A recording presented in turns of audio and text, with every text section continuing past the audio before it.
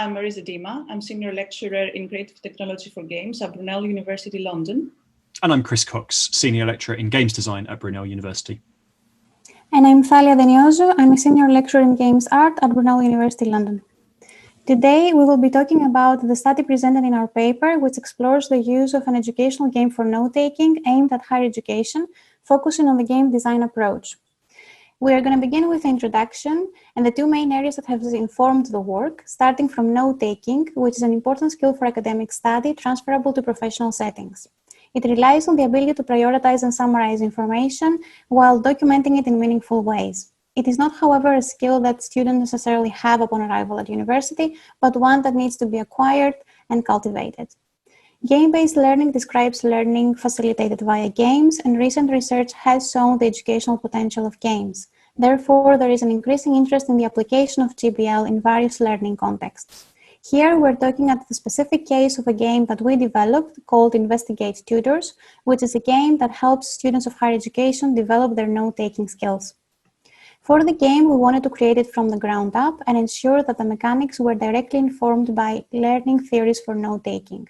As an educational game, the initial design considerations had to do with the learner profile, where we looked at adult learning theory and the importance of relevance and purpose in the design. The theoretical context, where we adopted a constructivist approach to learning, since the players progressively construct their understanding of best practices for note-taking as they play the game, and the game genre, which was adventure role-playing, and specifically a spy game that provides context for problem-solving and also opportunities for role-playing that helps the development of skills. In practice, we assembled a team of students who would be invested in the game, but also understand how the game would be played by the users themselves. We then began a 3-month process of constructing the work. The first 2 weeks were spent in research, talking to our academic skills and disability and dyslexia services. At Brunel University, that's the main place where note-taking is taught and engaged with in the students, and it was important to make sure that we were covering the areas that most needed help and that they saw that students most looked for. We then entered a design phase where the student team worked with our designers and with our game-based learning experts to make sure that all the levels were constructed appropriately using some of the methodologies mentioned.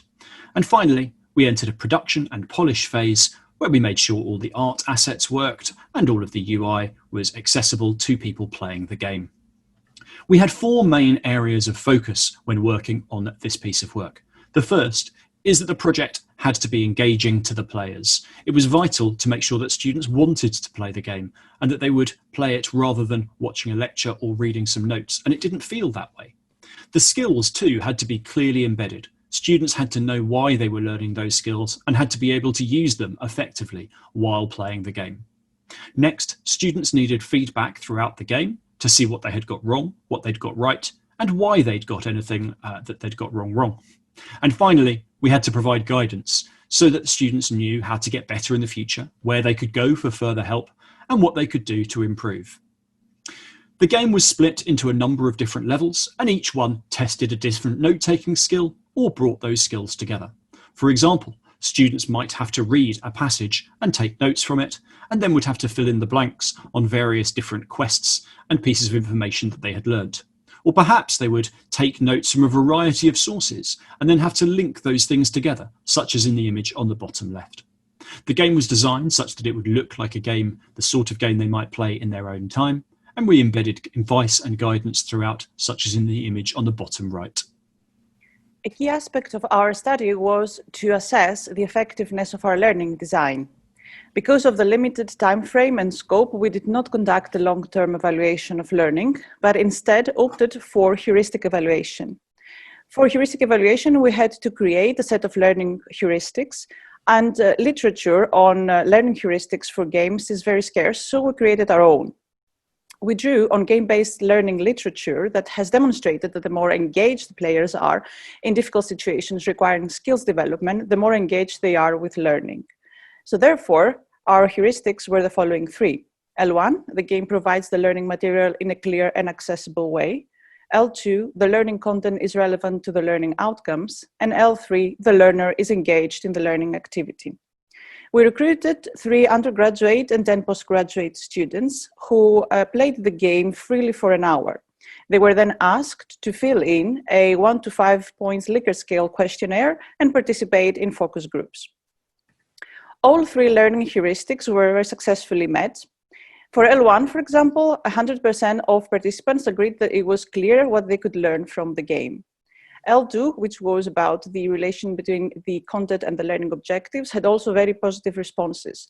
As a highlight from L2, participants found particularly useful the fact that different missions of the game offered a practice ground for the different aspects of note-taking. This validated our choice to build our design process on the learning theories. Finally, for L3, 90% of participants thought that the game is engaging. Engagement was also measured in other ways, as can be seen from the chart. And for example, 89% of the playtesters used up the full hour assigned to them, and 63% requested to keep playing the game for longer.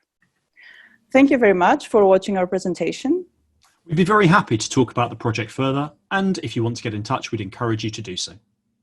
Please don't hesitate to ask us any questions. We will be very happy to answer them.